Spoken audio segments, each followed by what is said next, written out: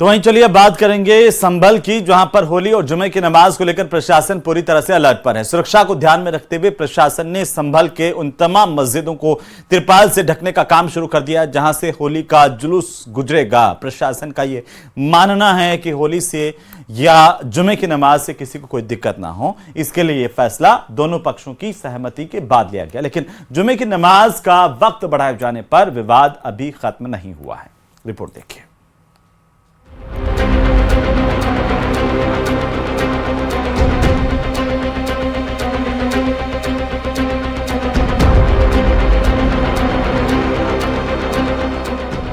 संभल में होली के दिन जुमे की नमाज पर विवाद थमता नहीं दिख रहा है। पहले संभल सीओ अनु चौधरी, फिर सीएम योगी और अब संभल डीएम राजेश पेसिया की अपील को जामा मस्जिद प्रशासन दरकिनार करता दिख रहा है। होली के दिन जुमे की नमाज पर जामा मस्जिद के सदर ने प्रशासन के 2:30 बजे नमाज की घोषणा पर सवाल खड़े किए हैं। प्रशासन से अभी तक हमारी कोई बातचीत नहीं हुई, ना ही कोई संपर्क हुआ है। शांति समिति की जो बैठक बुलाई गई थी उसमें ना तो हम मौजूद थे, ना ही हमारा कोई प्रतिनिधि मौजूद था। अभी हमने किसी तरह का भी कोई बयान इस तरह का नहीं दिया है कि नमाज शाही जामा मस्जिद संभल में किस वक्त होगी। इसके बारे में हम अपने उलेमाओं से, धर्म गुरुओं से बातचीत कर रहे हैं। उसके बाद ही हम ऐलान कर सकेंगे एक आध दिन में कि हम शाही जामा मस्जिद संभल में जुमे की नमाज किस टाइम पढ़वाएंगे। एक तरफ शाही जामा मस्जिद प्रशासन अपनी दलीलों पर अड़ा है, तो वहीं दूसरी तरफ संभल के ऐतिहासिक ईदगाह शहर इमाम हाफिज व कारी मौलाना राशिद अली ने 2:30 बजे जुमे की नमाज पढ़ने का रजामंदी जताई है।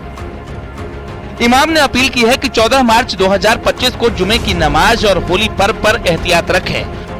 होली और जुमा एक साथ है, ऐसे में मुसलमानों को चाहिए कि वो अपनी हिफाजत का ख्याल रखें और उन जगहों से दूर रहें जहां रंग खेला जा रहा हो। मस्जिदों में जुमे की नमाज का वक्त होली का रंग संपन्न होने के बाद 2:30 बजे के आसपास का रखा जाए, जिससे नमाज और होली पर्व में किसी तरह की दिक्कत न हो।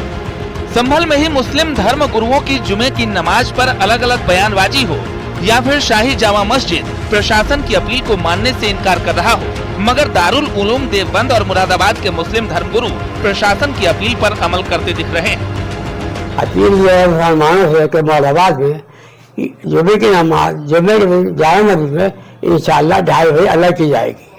आप हजरात जो दूर से आने वाले हैं वो मेहरबानी करके अपनी मोहल्लों की मस्जिद नमाज पढ़ लें, क्योंकि रात समय कोई कलमा रंग न पड़े जिससे कपड़ों पे आपको खराब हो। एहतियात के तौर पर दूर से आने वाले नमाजी बगैर जामे मस्जिद के अपने मोहल्ले में पढ़ ले। दारुल उलूम देवबंद ने भी तमाम मुसलमानों से अपील की है कि होली वाले दिन जुमे की नमाज महल्ले की मस्जिद में अदा करें और बिना जरूरत घर से बाहर निकलने से बचें। दारुल उलूम देवबंद ने यह भी अपील की है कि हमारे हिंदुस्तान की जो एक पहचान है, जो एकता की पहचान है, उसको कायम रखें। होली और जुमे की नमाज पर भले ही शाही जामा मस्जिद कमेटी पहले वाले वक्त पर अड़ी हो, इसे लेकर प्रशासन मुस्तैद दिख रहा है। संभल के डीएम ने एक बार फिर अमन और सौहार्द की अपील की है।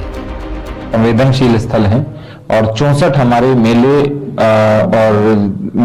और जो मेलों में जो जुलूस होता है और शोभा यात्रा है वो निकलेगी और मेलों की संख्या कुल 16 है। शांति समिति की बैठक तात्कालिक रूप से 37 की थी, उसके बाद हमने मोहल्लावार और ग्रामवार सारी शांति समिति की बैठक की। 2 समिति की बैठक हमने जनपद स्तर के ऊपर की है। होली और जुमे को लेकर संभल में तनातनी के बीच प्रशासन ने जुलूस के रास्ते पर पड़ने वाले 9 मस्जिद और 1 मदरसे को ढकने का फैसला लिया है, जिसमें विवादित शाही जामा मस्जिद भी शामिल है। संभल के अपर पुलिस अधीक्षक के मुताबिक दोनों पक्षों की सहमति बन चुकी है। होली का जुलूस जो कि परंपरागत मार्ग से निकाला जाएगा और वहां पर मार्ग में पड़ने वाले कुछ धार्मिक स्थल हैं जिनको दोनों पक्षों से वार्ता के क्रम में उन्हें ढका जाएगा और जिससे कि किसी की भावना आहत न हो, और साथ ही दोनों पक्षों से वार्ता कर ली गई है और शीघ्र ही इसके लिए कार्रवाई शुरू की जाए।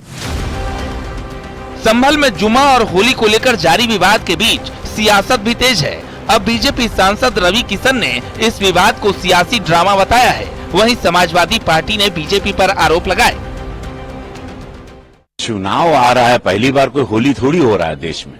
और पहली बार थोड़ी कोई ऐसी जुम्मा ही आया तब होली हुई। ये सब ड्रामा है, समझा करो। प्रेम से होली भी होगा, महादेव चाहेंगे। मुसलमान भाइयों को भी पता है, कोई पहली बार थोड़ी हजारों साल से होली हो रहा है। ये सब चुनाव का ड्रामा है। जब पता चल रहा है पांचवी बार नीतीश कुमार आ रहे हैं तो सब लोग बौरा के इस तरह से उलूल जुलूल बात कर रहा है। संभल अब भी एक हॉट टॉपिक बन चुका है, क्योंकि वहाँ पे नवंबर दिसंबर में एक बहुत बड़ा विवाद हो गया।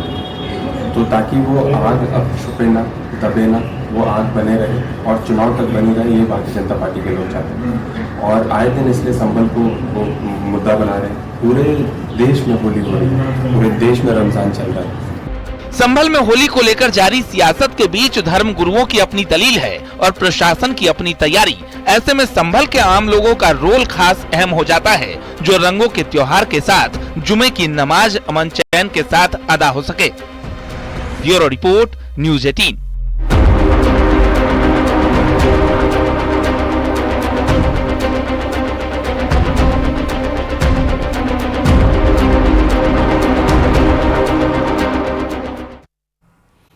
तो चलिए अब बात करेंगे महाराष्ट्र की, जहां पर जल्द ही अवैध लाउड स्पीकर पर एक्शन होने जा रहा है। मुख्यमंत्री देवेंद्र फडणवीस ने ऐलान कर दिया है कि तेज आवाज में बजने वाले लाउड स्पीकर्स और ऐसे बजाने वालों पर कानूनी चाबुक चलेगा। जल्द ही महाराष्ट्र की पुलिस ऐसे लोगों के खिलाफ कार्रवाई करेगी। रिपोर्ट देखिए।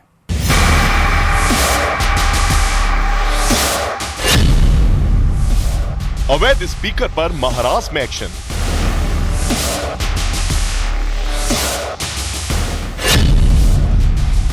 पुलिस के एक्शन से सियासी टेंशन।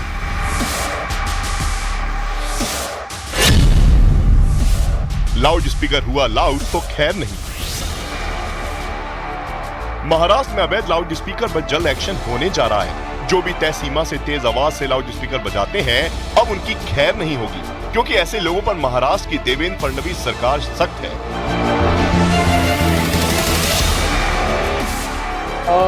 हा जो काही मुंबई उच्च न्यायालयाने आपल्याला त्या निमित्ताने निर्देश दिलेला आहे, तशा पद्धतीनं त्यांच्यावर कारवाई करण्यात येईल। आपला जो मुंबई पोलीस अधिनियम आहे त्याच्या अंतर्गत त्यांच्यावर फाईन देखील करण्यात येईल। बीजेपी विधायक अतुल भातखलकर ने मस्जिदों में अवैध स्पीकर का मुद्दा विधानसभा में उठाया। उनका कहना है, कानून होने के बाद भी मस्जिदों में खुलेआम अवैध लाउड स्पीकर बज रहे हैं। ऐसे लोगों पर पुलिस को कार्रवाई करनी चाहिए। हाल ही में मुंबई उच्च न्यायालय का जो निर्णय आया है 23 जनवरी 2025 को, कि मुंबई पुलिस एक्ट के तहत इसके खिलाफ मुंबई पुलिस ने कार्रवाई करनी चाहिए, ऐसा निर्णय उच्च न्यायालय का आया है। तो उसके वो निर्णय का आधार लेके कार्रवाई की जाएगी।